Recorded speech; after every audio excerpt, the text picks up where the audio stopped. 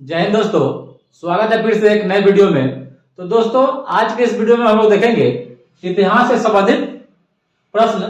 और इतिहास में क्या देखेंगे? सिंधु घाटी सभ्यता या हड़प्पा सभ्यता। तो सिंधु घाटी सभ्यता, इसका नाम क्यों पड़ा? तो सिंधु नदी में यह सभ्यता उपजी, इसलिए इसको सिंधु घाटी सभ्यता कहते हैं। तो फिर जहन में आपको आएगा कि हड़प्पा क्यों कहा गया? तो जो सभ्यता की जब खोज रही थी तो सबसे पहले हड़प्पा शहर की खोज की गई, इसलिए इसको नाम हड़प्पा सभ्यता भी कहा गया। तो चलिए आज इसी के बारे में हम लोग डिटेल से पढ़ेंगे। तो इसका खोज दयाराम साहनी ने 1921 ईस्वी में किया था। सिंधु घाटी सभ्यता का है तो या हड़प्पा सभ्यता का है, इसका खोज कौन किया? तो दयाराम साहनी 1921 ईस्वी में। किसके अध्यक्षता में? तो जॉन मार्शल की अध्यक्षता में। आपसे पूछे कि सिंधु घाटी सभ्यता का नामकरण किसने किया था?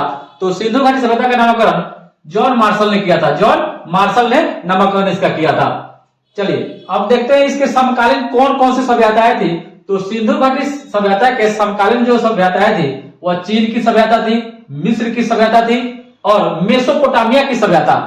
जो मेसोपोटामिया इराक का पुराना नाम था मेसोपोटामिया। यह दजला और फरात नदी के तट पर यह सभ्यता उभरी थी, इसलिए इसको मेसोपोटामिया की सभ्यता नाम दिया गया।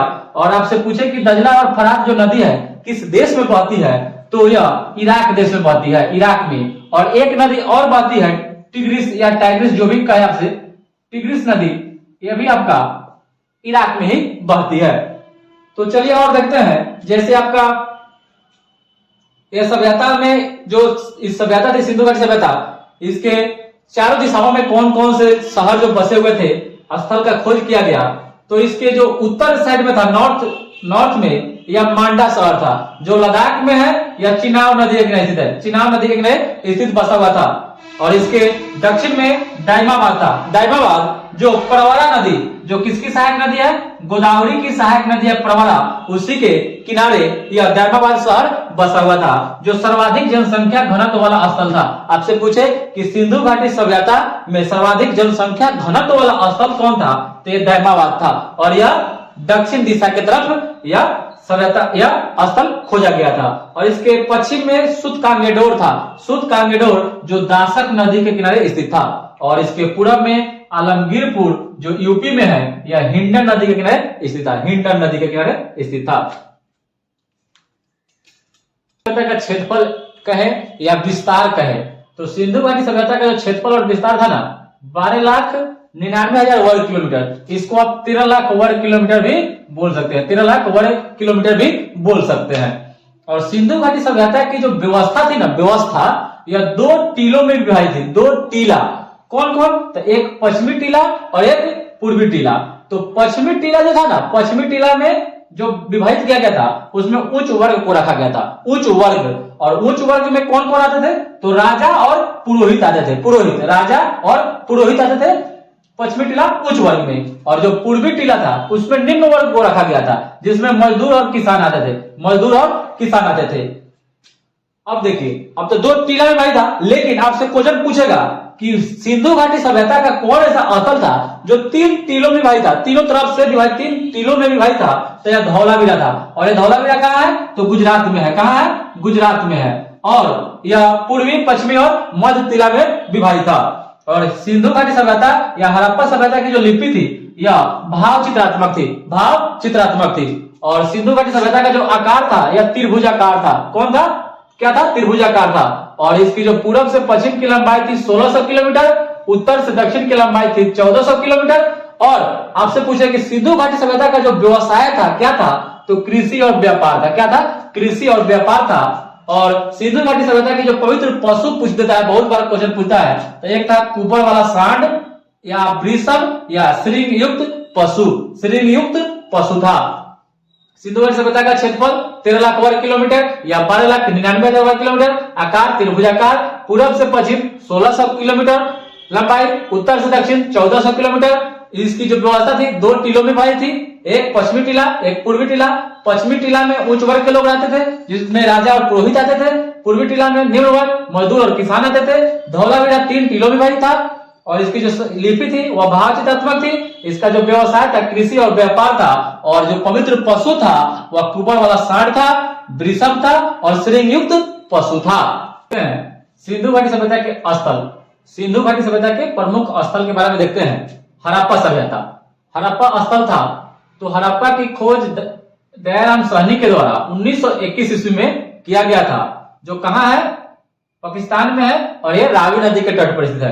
हड़प्पा पाकिस्तान में है, रावी नदी के तट पर है। दयाराम साहनी ने 1921 ईस्वी में इसका खोज किया था। दूसरा है मोहनजोदड़ो। मोहनजोदड़ो पूरे सिंधु घाटी सभ्यता का सबसे बड़ा स्थल है। मोहनजोदड़ो पूरे सिंधु घाटी सभ्यता का सबसे बड़ा स्थल है, जिसका खोज राखाल दास बनर्जी यानी आर.डी. बनर्जी के द्वारा 1922 ईस्वी में किया गया था, जो सिंधु नदी के किनारे स्थित है। सिंधु नदी के किनारे स्थित है। तीसरा है चनहुद्रो, जो ये भी सिंधु नदी के किनारे स्थित है, जिसका खोज 1931 ईस्वी में गोपाल एम मजूमदार के द्वारा किया गया था। जबकि इसमें एक सोचने वाली बात है, आपसे पूछा कि चनहुद्रो के उत्खनन करता कौन थे, तो ये मैके थे। याद रखिएगा, मैके। उत्खनन कर कौन किए थे, मैके ने किया था। अगला है रोपर। तो रोपर ये सतलज नदी में स्थित है। 1953 इसमें खोज यज्ञदत्त शर्मा और वत्स के द्वारा किया गया था। यज्ञदत्त शर्मा और वत्स के द्वारा इसका खोज किया गया था, जो सतलज नदी के किनारे स्थित है। उसके बाद है कालीबंगन।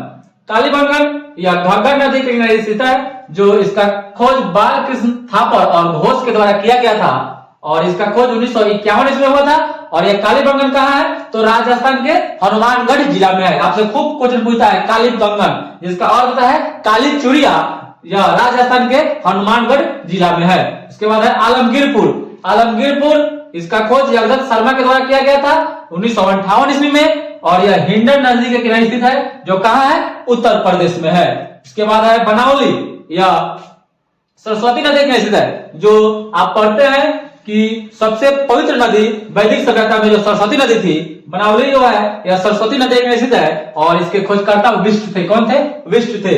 और धौलावीरा, यह धौलावीरा कहाँ है, गुजरात में है। यह लूनी नदी के स्थित है। लूनी नदी जो कच्छ के रण में, लूनी नदी कच्छ के रण में लुप्त हो जाती है, जो खादिर द्वीप, आपसे पूछे कि यह जो धौलावीरा है, लूनी नदी कौन से द्वीप पर है, तो खादिर द्वीप। याद रखिएगा, खादिर द्वीप पर है, खादिर द्वीप पर, ठीक है, खादिर द्वीप पर। और इसके खोजकर्ता जेपी जोशी थे। कौन थे, जेपी जोशी।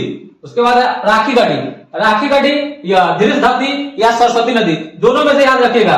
राखी गढ़ी धीरजधती नदी के किनारे स्थित है और इसके खोजकर्ता अमरेंद्रनाथ राव और सूरजभान थे, सूरजभान। और राखी गढ़ी, देखिए पहला क्वेश्चन था कि पूरे सिंधु घाटी सभ्यता का सबसे बड़ा जो स्थल पूछे तो मोहनजोदड़ो था, लेकिन आपसे पूछे क्वेश्चन कि भारत में सबसे बड़ा स्थल कौन है, तो यह राखी गढ़ी है। कहाँ है, हरियाणा में है और यह धीरजधती नदी के किनारे स्थित है। और भारत में सबसे बड़ा जो हड़प्पाकालीन स्थल है, यह राखी गढ़ी है, राखी गढ़ी। और लास्ट है लोथल, जो गुजरात में है। और सिंधु घाटी सभ्यता में जितने भी स्थल खोजे गए हैं, सबसे ज्यादा जो खुदाई हुआ है यह गुजरात राज्य में हुआ है, गुजरात राज्य में हुआ है। और लोथल गुजरात में ही है।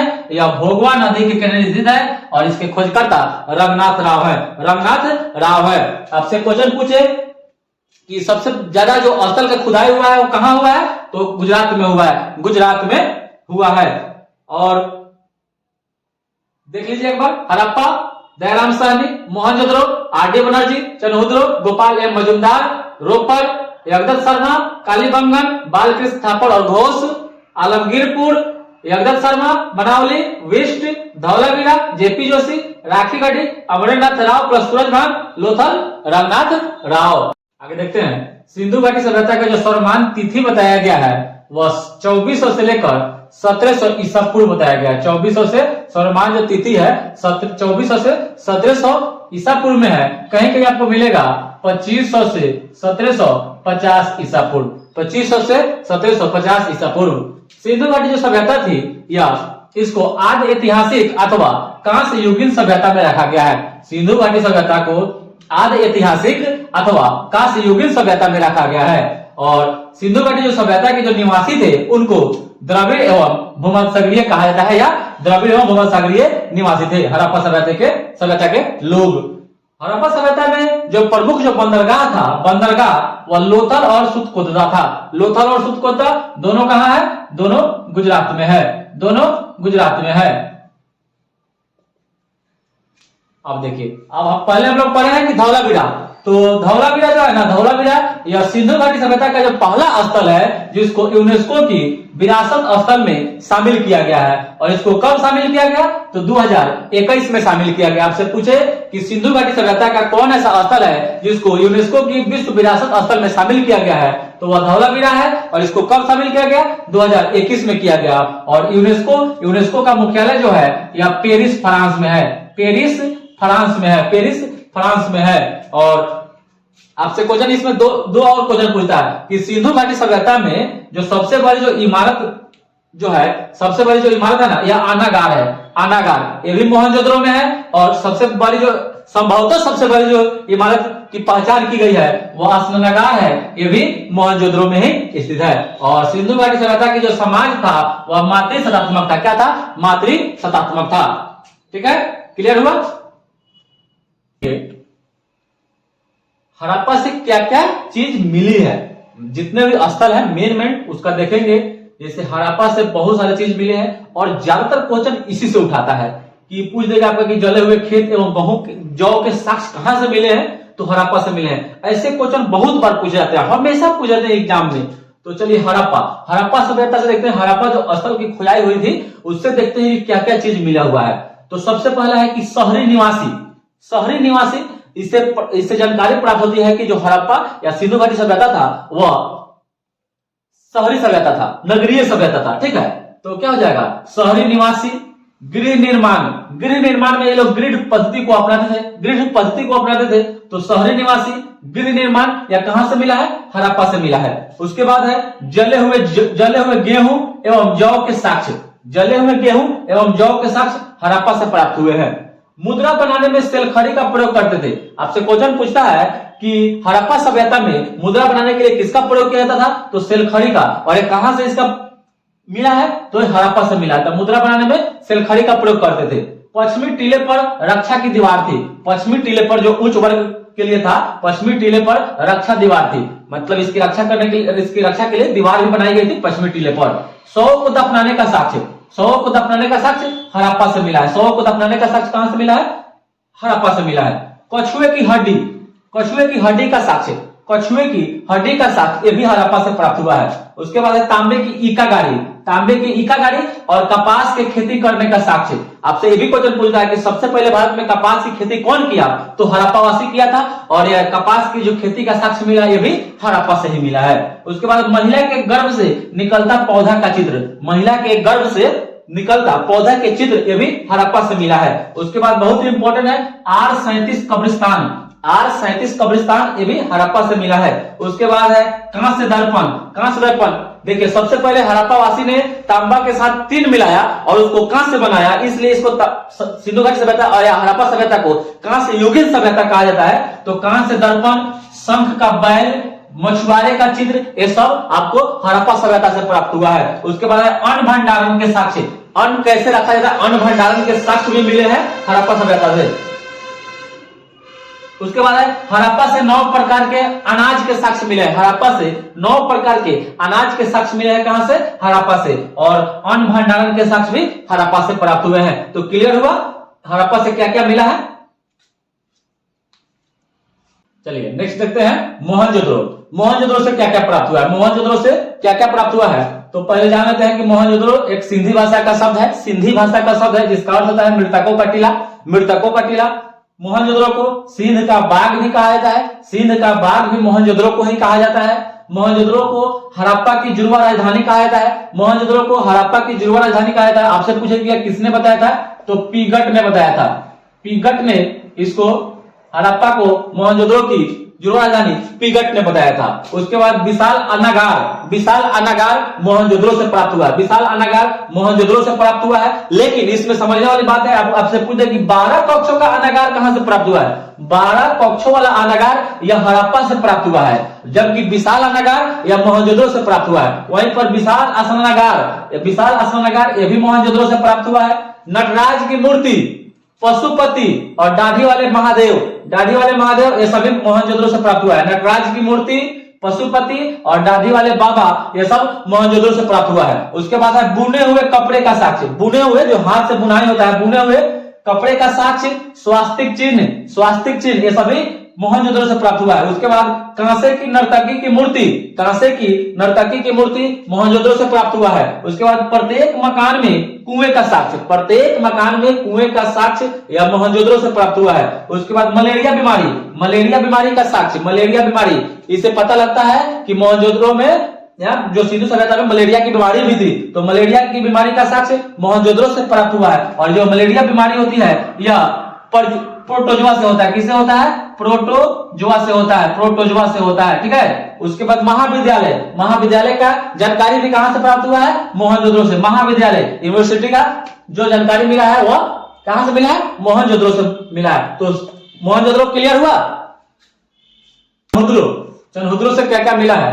तो सिंधु सभ्यता का औद्योगिक नगर चनहुद्रो को माना जाता है। सिंधु सभ्यता का औद्योगिक नगर आपसे पूछे तो यह चनहुद्रो को माना जाता है, क्योंकि यहाँ पर मनके बनाने के कारखाने, श्रृंगार के सामान, ये सब आपको चनहुद्रो से मिले हैं। बिल्ली का पीछा करते हुए कुत्ते का साक्ष्य, बिल्ली का पीछा करते हुए कुत्ते का साक्ष्य ये भी चनहुद्रो से प्राप्त हुआ है। सौंदर्य के साधन में आपको काजल, कंघी, लिपस्टिक, ये सभी चनहुद्रो से प्राप्त हुए। जो कंघी मिला है वहां का, यह हाथी दांत का कंघी मिला है, हाथी दांत का कंघी मिला है चनहुद्रो से। उसके बाद वक्राकार ईंटों का साक्ष्य और गोल ईंटों का साक्ष्य, वक्राकार ईंटों का साक्ष्य और गोल दोनों प्रकार के ईंटों का साक्ष्य मिला है चनहुद्रो से। उसके बाद 4 पहिए वाली गाड़ी का साक्ष्य, 4 पहिए वाली गाड़ी का साक्ष्य भी चनहुद्रो से मिला है। तो सिंधु सभ्यता का औद्योगिक नगर चनहुद्रो, मनके बनाने के कारखाने, श्रृंगार के सामान, बिल्ली का पीछा करते हुए कुत्ते का साक्ष्य, काजल, कंघी, लिपस्टिक यानी सौंदर्य का साधन, जो कंघी बना हाथी के दांत का, वक्राकार और गोल ईंटों का प्रयोग, 4 पहियों वाली गाड़ी का साधन, ये सभी का साक्ष्य मिला है चनहुद्रो से। ठीक है, चलिए अब देखते हैं लोथल। लोथल या मानव निर्मित बंदरगाह। हम लोग पढ़ते हैं कि सिंधु सभ्यता का जो प्रमुख बंदरगाह था गोदीवारा, जिसको बोलते हैं, गोदीवारा का साक्ष्य भी लोथल से ही प्राप्त हुआ है। तो मानव निर्मित आपसे कभी कभी पूछ देगा कि गोदीवारा कहां से मिला है? तो लोथल से ही मिला है। ठीक है, गोदीवारा मानव निर्मित बंदरगाह लोथल से। सिंधु सभ्यता का व्यापारिक नगर, औद्योगिक नगर चनहुद्रो, व्यापारिक नगर लोथल, क्योंकि बंदरगाह से ही व्यापार होता था नदी से। ठीक है, तो आपको क्या हो जाएगा? सिंधु सभ्यता का व्यापारिक नगर लोथल। बाजरा, चावल और आटा पीसने की चक्की का साक्ष्य मिला है लोथल से। तो चावल का साक्ष्य लोथल से मिलता है। बाजरा, चावल, आटा पीसने की चक्की। दरवाजे मुख्य सड़क की तरफ खुलते थे। जो दरवाजे थे लोथल में, जो दरवाजे थे वह मुख्य सड़क की तरफ खुलते थे। ठीक है, और 3 युग्म समाधि यह लोथल से मिलता है। जब उसी में सती प्रथा का साक्ष्य भी सिंधु सभ्यता में पूछ रहे कि सिंधु सभ्यता में सती प्रथा का होने का साक्ष्य कहां से मिलता है? तो लोथल से मिलता है। और लोथल से मिलता है। अब प्लस में अगर ऐसे पूछे कि सबसे पहले सती प्रथा का जो साक्ष्य मिलता है वह एरन अभिलेख से प्राप्त होता है, एरन अभिलेख से। और भानुगुप्त का जो एरन अभिलेख है 510 इसमें उसका खोज हुआ था। और हाथी दांत का पैगाना और घोड़े के हड्डियों के साक्ष्य ये भी आपका लोथल से प्राप्त हुआ है। हाथी दांत का पैगाना, घोड़े के हड्डियों का साक्ष्य लोथल से प्राप्त हुआ है। शतरंज के खेल का साक्ष्य लोथल से प्राप्त हुआ है। शतरंज के खेल का साक्ष्य जो प्राप्त हुआ है लोथल से प्राप्त हुआ है। और मम्मी का मॉडल जो आप देखते हैं मिस्र में, जो मम्मी बनाया जाता है, मम्मी का जो मॉडल का जो बनाया जाता है ये भी लोथल से ही इसका साक्ष्य मिलता है। लोथल से ही इसका साक्ष्य मिलता है। तो चनहुद्रो और लोथल क्लियर हुआ दोस्तों। तो चलिए आगे देखते हैं कालीबंगन से क्या क्या प्राप्त हुआ है। तो सबसे पहले जानते हैं कालीबंगन को दिनहीन बस्ती कहा गया है। सिंधु सभ्यता में दिनहीन बस्ती कालीबंगन को कहा गया है। जूते हुए खेत का साक्ष्य कालीबंगन से। प्लस चना और सरसों की खेती कालीबंगन से ही प्राप्त हुआ है। पर्सनली आपसे पूछ दे कि चना और सरसों की जो खेती का साक्ष्य कहां से मिलता है, तो कालीबंगन से, याद रखिएगा। उसके बाद जली हुई और पक्की चूड़ियों के साक्ष्य, इसलिए कालीबंगन का अर्थ होता है काली चूड़िया, यानी जली हुई और पक्की चूड़ियों का साक्ष्य कालीबंगन से प्राप्त हुआ है। उसके बाद लकड़ी के हल पूछे तो कालीबंगन से। जब पूछे कि मिट्टी का हल तो यह बनावली से, जो कहां है, हरियाणा में है। मिट्टी के हल पूछे तो बनावली से, और लकड़ी का हल पूछे तो कालीबंगन से। उसके बाद है ऊंट के हड्डियों का साक्ष्य, 7 हवन कुंड का साक्ष्य, ये सभी कालीबंगन से मिला है। ऊंट के हड्डियों का साक्ष्य, 7 हवन कुंड का साक्ष्य, ये सब कालीबंगन से मिला है। अब देखते हैं धौलावीरा। तो जल निकासी का प्रबंधन धौलावीरा से। जल कुंड का साक्ष्य ये भी धौलावीरा से। सुनामी नदियों के जो जो सुनामी आता है समुद्र में, तो सुनामी का भी साक्ष्य मिला है यह धौलावीरा से। स्टेडियम, जो खेल का जो स्टेडियम होता है, स्टेडियम धौलावीरा से 3 टीलों में भी भाई, धौलावीरा ही एक सिंधु सभ्यता का जो स्थल था जो 3 टीलों में भाई था, पूर्वी, पश्चिमी और मध्य टीलों में। और घर के ईंटों में लाल रंग का प्रयोग होता था, ये सभी धौलावीरा से प्रयोग हुआ है। जबकि एक रोपर से पूछ देता है बहुत बार कि कुत्ता और शव को एक साथ दफनाने, मतलब कहां से मिला है कुत्ता और शव का जो साक्ष्य, यह रोपर से मिला है, रोपर से मिला है। ठीक है, दिनहीन बस्ती कहा गया कालीबंगन को, जूते हुए खेत का साक्ष्य कालीबंगन से, चना और सरसों की खेती, जली हुई और पक्की चूड़ियों का साक्ष्य लकड़ी के हल कालीबंगन से, जबकि मिट्टी का हल बनावली से, और ऊंट की हड्डियों का साक्ष्य 7 हवन कुंड का साक्ष्य सभी कालीबंगन से। जल निकासी प्रबंधन धौलावीरा, जल कुंड का साक्ष्य, सुनामी का साक्ष्य, स्टेडियम का साक्ष्य 3 टीलों में भी भाई, और घर के ईंटों में लाल रंग का प्रयोग सभी धौलावीरा से प्रयोग हुआ, प्राप्त हुआ।